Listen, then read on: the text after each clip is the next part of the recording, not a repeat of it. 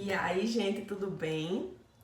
Como vocês estão? Estamos aqui de volta às nossas orientações online, né? As nossas aulinhas remotas. E hoje eu quero discutir um pouco com vocês a relação do esporte com a sociedade, com a cultura, com a economia, com a globalização, porque a gente costuma ver o esporte como lazer, diversão, espetáculo, né? Mas se a gente for parar para pensar direitinho, o esporte ele pode nos ajudar a compreender melhor o mundo, esse mundo que nos cerca, certo?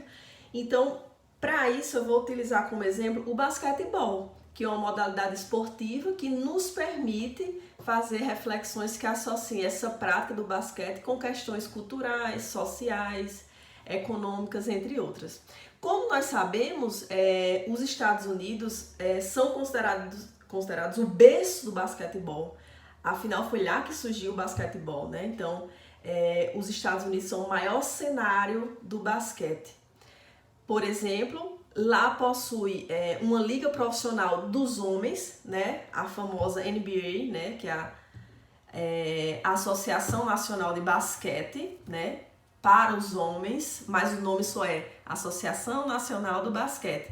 E lá existe também a das mulheres, que é a Associação Nacional de Basquete de Mulheres, ou WNBA, certo? Então, preste atenção. A Associação Nacional de Basquete dos Homens não tem o nome dos homens, mas a das mulheres se chama Associação Nacional de Basquete das Mulheres, né? Então, gente, uma reflexão inicial sobre essas ligas leva em consideração as questões culturais, com destaque para quê? Para os marcadores sociais de gêneros. Primeiro, porque existe uma liga nacional de basquete para homens e não tem lá para homens, já no das mulheres tem para as mulheres, como se fosse diferente, como se não fosse o original, né? Então é importante a gente considerar que enquanto a Liga Masculina teve sua primeira temporada em 1946, a feminina, gente, só foi ter em 1997. Façam as contas, quantos anos depois foi a temporada das mulheres no basquete, né? Ou seja, 51 anos depois, se a gente fizer o cálculo, dá 51 anos depois. Então, assim como o futebol, que chegou ao Brasil no final do século XIX como esporte para homens, e aí foi proibido para as mulheres, né? Da década de 40 até 1979, as mulheres não podiam jogar futebol, né? Um absurdo. O basquete também, para os estadunidenses, constitui também um espaço de validação de masculinidade hegemônica. Os homens dominam, os homens são os primeiros, né? Então, aqui no Brasil, quando nós usamos apenas o termo futebol, a referência que vem na nossa cabeça, falando de futebol de alto rendimento, de espetáculo, de profissional, é aquele praticado por homens, né? Não vamos ser hipócritas que a gente lembra logo de início. Falou de futebol, a gente lembra do futebol feminino? Não, gente. No caso das mulheres, esse esporte é classificado como futebol feminino. Por que não é futebol masculino e futebol feminino? Se falar só de futebol, o futebol é quem?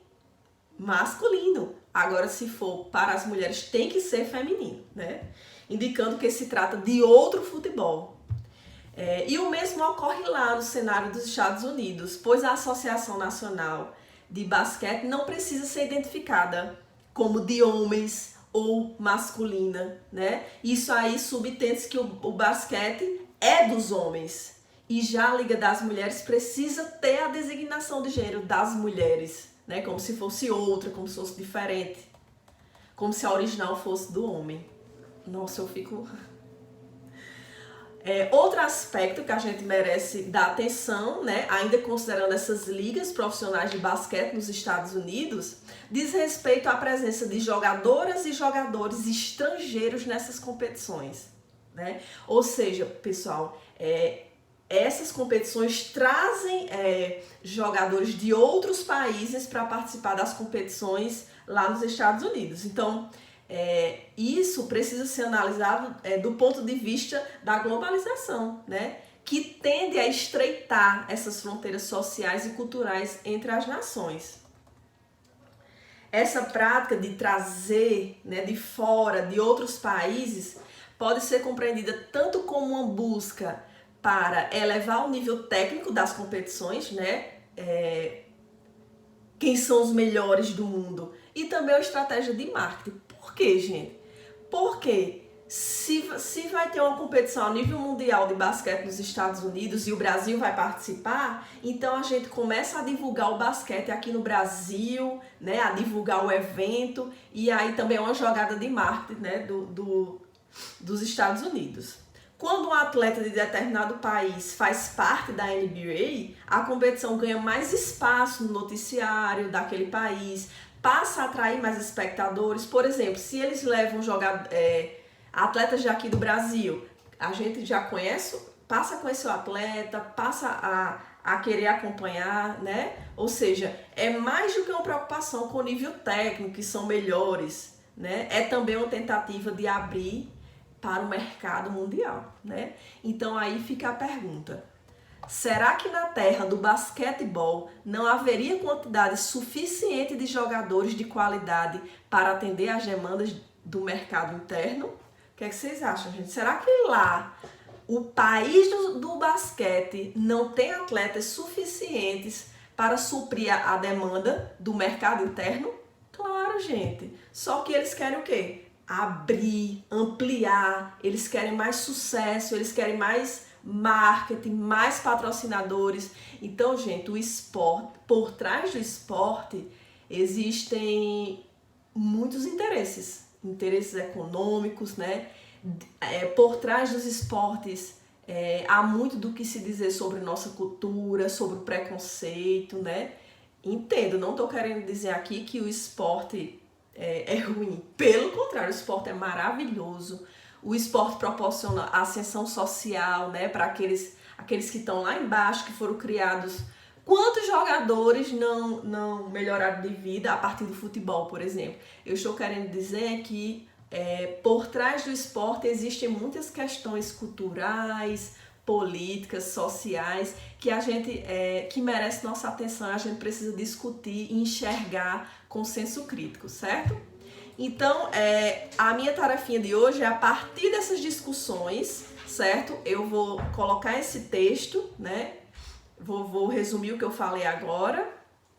E aí vocês vão escrever quem é. Essa aqui é a minha princesa, Isabela. Dê um beijo muito meus alunos. Oi, Alanis. Tchau. Bem, então vocês vão refletir a partir desse tema. Um beijo, mamãe. Jogadores estrangeiros no NBA. O que isso tem a ver com a globalização? Então vocês vão ler sobre globalização, vão ler isso aqui que eu discuti com vocês e vão escrever no mínimo 10 linhas, certo? O que é que tem a ver trazer esses jogadores estrangeiros para a NBA, né, para a Associação Nacional de Basquete, né, lá dos Estados Unidos, com globalização. E aí é tudo isso que eu falei, jogada de marketing, divulgação, certo? Então é muito mais do que trazer um bom jogador, mas existe todo um contexto de marketing, de interesse, e aí eu quero que vocês resumam isso que eu falei para responder essa questão. Beijinhos, fiquem aí.